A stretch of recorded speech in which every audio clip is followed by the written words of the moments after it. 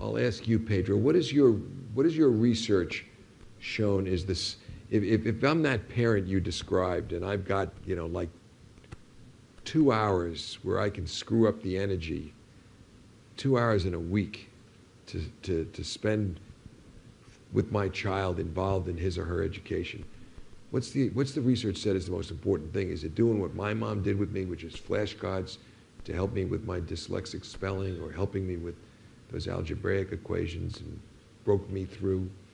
I mean, I just have to say this, because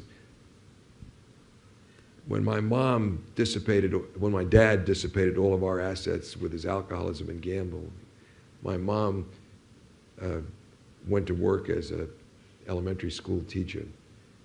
But, you know, I'm here today because of the two things I just referred to, the two breakthroughs.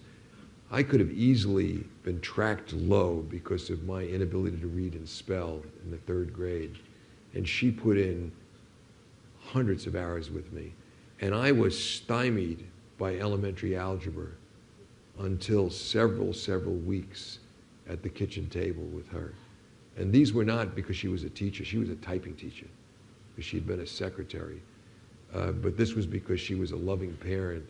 And she was not, she had faith that somewhere tucked away in this miscreant kid, there was a brain worth developing. And those two interventions, which I remember as if they happened yesterday, are the reason I'm here today. Is there, what has your research shown?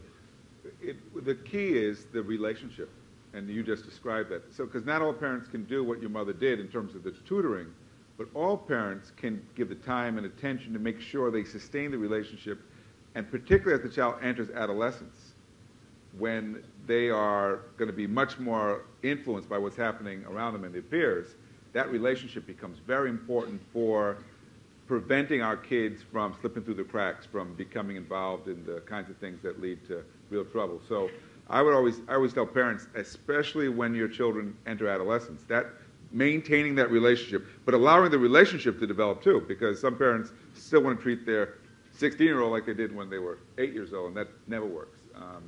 But research shows that children who have that supportive relationship with their parents tend to have much better outcomes. Yeah, John? I just wanted to briefly introduce something that I know many of you are familiar with. It's being tried at a lot of different schools these days, but not enough. And that's the idea of parent-child-school contracts.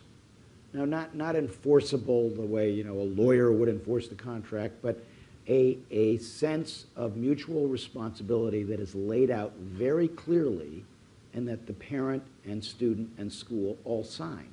So they know what their responsibilities are for that student's education. Some of it's the student's own responsibilities.